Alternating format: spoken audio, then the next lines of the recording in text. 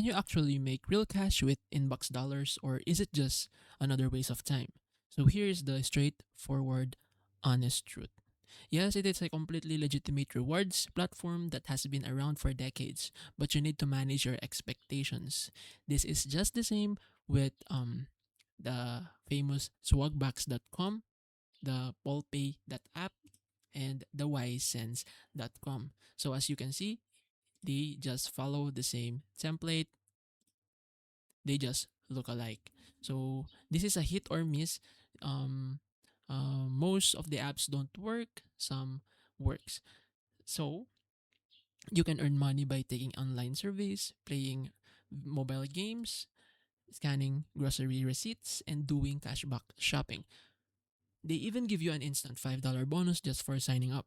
Most standard surveys pay anywhere from 50 cents to $5 for roughly 15 to 25 minutes of your time, though rare demographic surveys can pay more.